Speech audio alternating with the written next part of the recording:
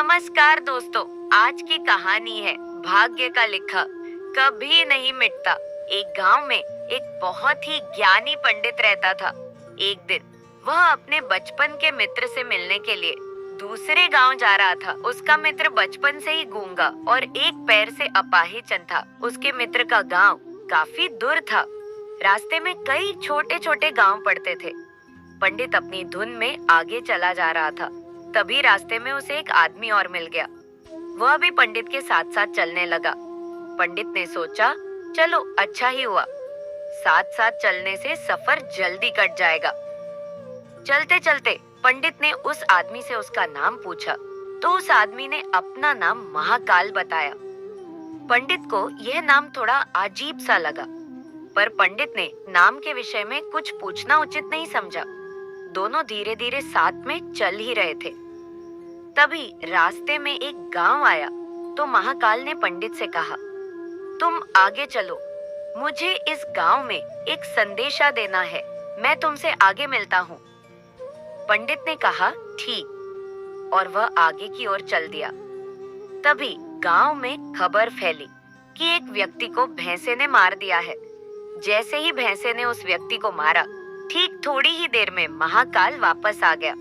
फिर चलते चलते दोनों एक दूसरे गांव के बाहर पहुंचते हैं। यहाँ पर एक छोटा सा मंदिर बना था और ठहरने की व्यवस्था भी अच्छी लग रही थी। पंडित के मित्र का गांव भी वहां से अभी काफी दूर था और रात्रि भी होने वाली थी।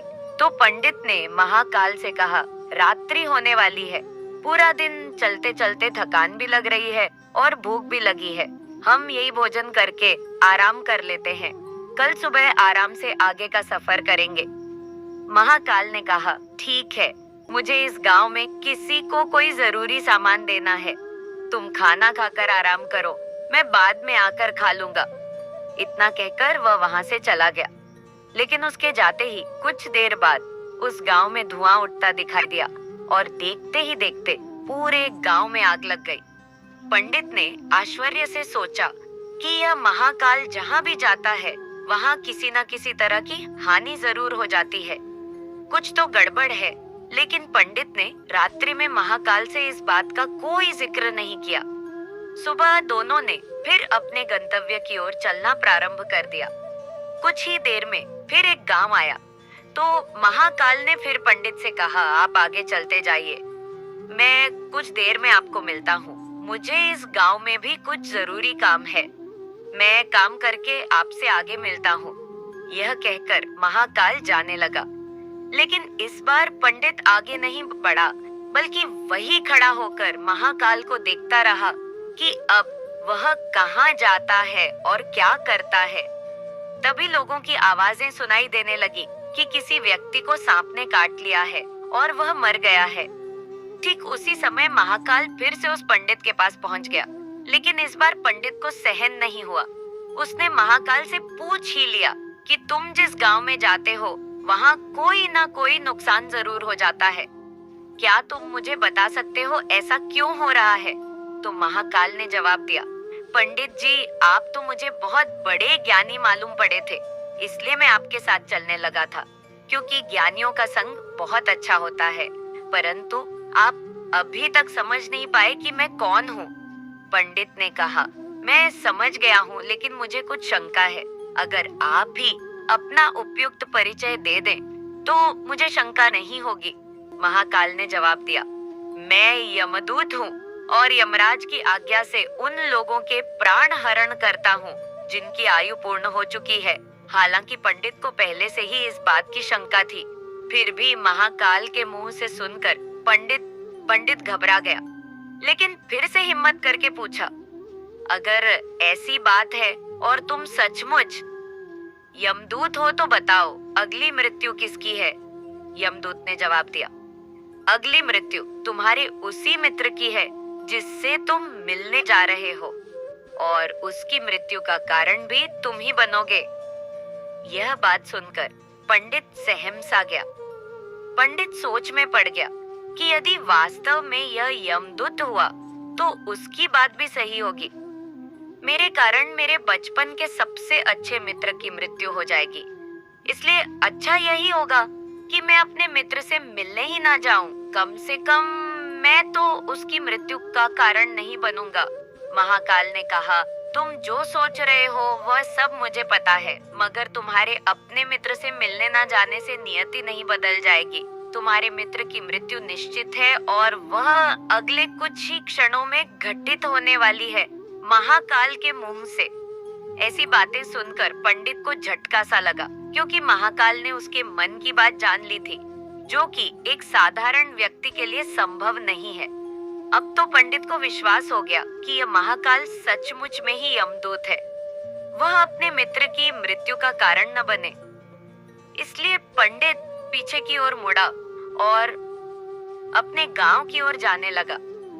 परंतु जैसे ही पंडित मुड़ा, उसका मित्र तेजी से उसकी ओर आता हुआ दिखाई दिया, जो पंडित को देखकर अत्यंत प्रसन्न दिख रहा था। अपने मित्र के आने की गति को देखकर पंडित को ऐसा लगा जैसे कि उसका मित्र काफी समय से उसके पीछे ही आ रहा है, लेकिन वह बचपन से ही गूंगा था और पैर से अपाहिज था, इसलिए ना तो वह पंडित के पास पहुंच पा रहा था और ना ही पंडित को आवाज दे पा रहा था। लेकिन जैसे ही वह पंडित के पास पहुंचा, अचानक उसकी मृत्यु हो गई। पंडित हिक्का बका होकर महाकाल की ओर देखने लगा, जैसे कि वह पूछना चाह रहा हो कि आखिर क्या हुआ। महाकाल पंडित के मन की बात समझ गया और बोला, तुम्हारा मित्र पिछले गांव से तुम्हारे पीछे पीछे आ रहा था, लेकिन वह अपाहिज और गूंगा होने की वजह से तुम तक नहीं पहुंच सका। उसने अपनी संपूर्ण ताकत लगाकर तुम तक पहुंचने की कोशिश की, लेकिन बुढ़ापे में बचपन जैसी ताकत नहीं होती, इसलिए हृदयाघात के कारण तुम्हारे मित्र की मृत्यु हो गई। क्योंकि तुमसे मिलने के लिए अपनी गति की सीमा को लांघते हुए वह तुमसे मिलने के लिए पीछे पीछे भाग रहा था, इसलिए अपने मित्र की मृत्यु का कारण तुम ही बने। अब पंडित को विश्वास हो चुका था कि सचमुच यह महाकाल एक यमदूत है और उसका कार्य जीवों के प्राणों को हरना है। पंडित एक ज्ञानी व्यक्ति था, इसलिए यह भी जानता था कि मृत्यु पर किसी का बस नहीं चलता। सभी जीवों को एक न एक दिन मरना ही है। यही सोचकर उसने अपने आप को संभाल लिया।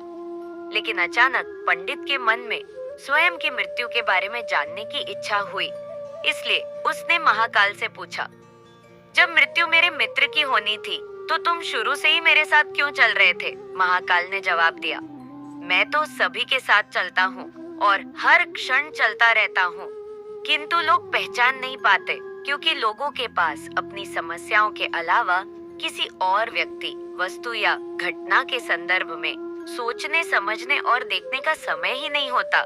पंडित ने कहा, क्या तुम बता सकते हो कि मेरी मृत्यु कब और कैसे होगी? तो महाकाल ने कहा, हालांकि किसी सामान्य जीव को यह जानना ठीक नहीं है, क्योंकि कोई भी जीव अपनी मृत्यु के बारे में जानकर दुखी ही होता है, लेकिन तुम ज्ञानी व्यक्ति प्रतीत होते हो और अपने मित्र की मृत्यु को तुमने जितनी आसानी से सहन कर लिया है, उसे देखकर लगता है कि तुम अपनी मृत्यु के बारे में जानकर भी दुखी नहीं होगे। इसलिए मैं तुम्हें बता देता हूँ कि तुम्हारी मृत्यु आज से ठीक 6 महीने बाद आज के ही दिन किसी दूसरे राज्य में फांसी लगने से होगी। और सबसे आश्चर्य की बात यह होगी कि स्वयं खुशी से फांसी को स्वीकार कर लोगे। इतना कहकर महाकाल जाने लगा, क्योंकि महाकाल का पंडित के साथ चलते रहने का अब कोई कारण नहीं था। पंडित भी अपने मित्र की यथाशक्ति कर्म कांड करके अपने गांव चला गया, लेकिन कोई व्यक्ति कितना भी ज्ञानी क्यों ना हो, अपनी मृत्यु की बात सुनकर दुखी तो होता ही है और मृत्यु से बचने के लिए कुछ ना कुछ करता ही है। तो पंडित ने भी किया। पंडित विद्वान था, इसलिए उसकी ख्याति उस राज्य के राजा तक थी। उस पंडित ने सोचा कि राजा के पास तो कई ज्ञानी मंत्री हैं, वे मेरी मृत्यु से संबंधित समस्या का कोई ना कोई हल निकाल ही लेंगे। पंडित यह सोचते हुए राज दरबार में पहुंच जाता है और उसने वहां जाकर राजा को सारा वृत्तांत सुनाया। राजा ने यह बात अपने मंत्रियों को बताई और उनसे सलाह मांगी। अंत में सभी ने विचार विमर्श करके कहा कि अगर पंडित की बात सही है तो यह तो निश्चित है कि उसकी मृत्यु हुई 6 महीने के बाद ही होगी। लेकिन मृत्यु तब होगी जब वह दूसरे राज्य में जाएगा। यदि वह दूसरे राज्य में जाएगा ही नहीं तो मृत्यु भी नहीं होगी। मंत्रियों की यह सलाह राजा को भी ठीक लगी। बहुत सोच समझकर राजा ने पंडित के रहने की व्यवस्था महल में ही कर दी और राजा के आदेश के बिना उस पंडित से किसी को भी मिलने नहीं दिया जाता था। लेकिन पंडित कहीं भी आ जा सकता था ताकि पंडित को यह ना लगे कि वह राजा की कैद में है। परंतु पंडित डर के कारण स्वयं ही कहीं आता जाता नहीं था। धीरे धीरे पंडित की मृत्यु का समय नजदीक आने लगा और वह भी दिन आ गया जिस दिन पंडित की मृत्यु होने वाली थी। पंडित अपनी मृत्यु को लेकर बहुत चिंतित था, इसलिए उस दिन पंडित डर के मारे जल्दी ही सो गया ताकि जल्दी से वह रात बीत जाए और अगला दिन आ जाए तो मृत्यु टल सके। लेकिन पंडित को स्वयं नींद में चलने की बीमारी थी और इस बीमारी के बारे में वह स्वयं भी नहीं जानता था। अतः राजा के किसी वैद्य को बताने का तो प्रश्न ही नहीं उठता। उसी रात पंडित को नींद में चलने का दौरा पड़ा। वह उठा और जेल से निकलकर अस्तबल में गया। पंडित राजा का खास मेहमान था, इसलिए किसी पहरेदार ने भी उसे नहीं रोका और न ही किसी तरह की पूछताछ की। अस्तबल में पहुंचकर वह सबसे तेज चलने वाले घोड़े की पीठ पर सवार होकर नींद में ही राज्य की सीमा के बाहर दूसरे राज्य में चला गया। इतना ही नहीं, वह दूसरे राज्य के राजमहल पहुंच गया और उस महल के पहरेदार ने भी उसे नहीं रोका और न ही कोई पूछताछ की। सभी लोग रात्रि के अंतिम प्रहर होने के कारण नींद में थे और वह पंडित सीधे राजा के शयन कक्ष में पहुंच गया। जहां राजा और रानी सो रहे थे वहां पंडित भी जाकर लेट गया। सुबह हुई तो राजा ने पंडित को रानी के बगल में सोया हुआ देखा, जिससे राजा बहुत क्रोधित हुआ और पंडित को गिरफ्तार कर लिया गया। पंडित को तो कुछ समझ में ही नहीं आ रहा था कि आखिर दूसरे राज्य में और राजा के शयन कक्ष में वह कैसे पहुंच गया। लेकिन वहां यह सब सुनने वाला कौन था? राजा ने पंडित को दरबार में हाजिर करने का हुक्म दिया। कुछ समय बाद पंडित को दरबार में लाया गया। कुछ समय बाद राजा का दरबार लगा, जहां राजा ने पंडित को देखा और देखते ही क्रोधित होकर पंडित को फांसी पर चढ़ा देने का आदेश सुना दिया। फांसी की सजा सुनकर पंडित कांप गया। फिर भी कुछ हिम्मत कर उसने राजा से कहा कि मैं यह नहीं जानता हूँ कि मैं राजमहल में कैसे पहुंचा और यह भी नहीं जानता हूँ कि मैं आपके शयन कक्ष में कैसे आया और आपके राज्य के किसी पहरेदार ने मुझे रोका क्यों नहीं। लेकिन मैं इतना जानता हूँ कि आज मेरी मृत्यु होनी थी और अब सच में होने जा रही है। राजा को यह बात थोड़ी अटपटी लगी। उसने पूछा, तुम्हें कैसे पता कि आज तुम्हारी मृत्यु होनी ही है? तुम कहना क्या चाहते हो? राजा के इस सवाल के जवाब में पंडित ने महाकाल से मिलने की कहानी बता दी और कहा कि महाराज, मेरा क्या किसी भी सामान्य व्यक्ति में इतना साहस नहीं कि वह राजा के शयन कक्ष में राजा की उपस्थिति में रानी के पास चला जाए और सो जाए। राजा को पंडित की बात में थोड़ी सत्यता दिखाई दी, परंतु उसने सोचा यह मृत्यु से बचने के लिए महाकाल और अपनी मृत्यु की भविष्यवाणी का बहाना बना रहा। इसलिए राजा ने पंडित से कहा, यदि तुम्हारी यह बात सत्य है और आज तुम्हारी मृत्यु का दिन है, जैसा कि तुम्हें महाकाल ने कहा था, तो तुम्हारी मृत्यु का कारण मैं नहीं बनूंगा। लेकिन अगर यह बात झूठी निकली तो निश्चित ही आज तुम्हारी मृत्यु का दिन होगा, क्योंकि पड़ोसी राज्य का राजा उसका मित्र था। उसने तुरंत सैनिकों के हाथ दूसरे राज्य के राजा को पत्र भेजा और पंडित की बात की सत्यता का प्रमाण मांगा। शाम तक भेजे गए सैनिक वापस लौटे और उन्होंने बताया, महाराज, पंडित जो कह रहा है वह कि पूर्णतया सत्य है। दूसरे राज्य के राजा ने पंडित को रहने के लिए अपने ही महल में संपूर्ण व्यवस्था कर रखी थी और पिछले 6 महीने से पंडित राजा का मेहमान था। कल राजा इससे अंतिम बार मिले थे। इसके बाद इस राज्य में यह कैसे पहुंचा, इसकी जानकारी किसी को नहीं है। इसलिए उस राज्य के राजा के अनुसार पंडित को फांसी की सजा देना उचित नहीं है। लेकिन राजा के लिए एक नई समस्या आ गई, क्योंकि उसने बिना कुछ जाने ही पंडित को फांसी की सजा सुना दी थी। इसलिए अगर दंड फांसी नहीं दी जाए तो राजा के कथन का अपमान हो जाएगा, और अगर राजा के द्वारा दी गई सजा का मान रखा जाए तो पंडित की बिना वजह ही मृत्यु हो जाएगी। राजा ने अपने सभी मंत्रियों से इस बारे में चर्चा की। सभी मंत्रियों ने सुझाव दिया कि महाराज पंडित को एक कच्चे सूत से फांसी लगवा दें। इससे आपके कथन का भी मान रह जाएगा और कच्चे सूत के धागे से पंडित को भी फांसी नहीं लगेगी और उसके प्राण बच जाएंगे। राजा को यह सुझाव अच्छा लगा। उसने ऐसा ही आदेश सुना दिया। पंडित के लिए कच्चे धागे के सूत का फांसी का फंदा बनाया गया और नियम के अनुसार पंडित को फांसी पर चढ़ाया जाने लगा। सभी लोग खुश थे कि ना तो पंडित मरेगा और ना ही राजा का वचन झूठा पड़ेगा। पंडित को भी विश्वास था कि सूत के धागे से तो उसकी मृत्यु हो ही नहीं सकती, इसलिए वह भी खुशी खुशी फांसी पर चढ़ने को तैयार था, जैसा कि महाकाल ने उसे कहा था। लेकिन जैसे ही पंडित को फांसी दी गई सूत का धागा तो टूट गया, लेकिन टूटने से पहले उसने अपना काम कर दिया था। पंडित के गले की नस सूत के धागे से कट चुकी थी और पंडित जमीन पर पड़ा तड़प रहा था। हर धड़कन के साथ उसके गले से खून की फुहार निकल रही थी और देखते ही देखते पंडित का शरीर पूरी तरह से शांत हो गया। सभी लोग आश्चर्यचकित थे, पंडित को मरते देख रहे थे। किसी को विश्वास ही नहीं हो रहा था कि इस कमजोर से धागे से किसी की मृत्यु हो सकती है।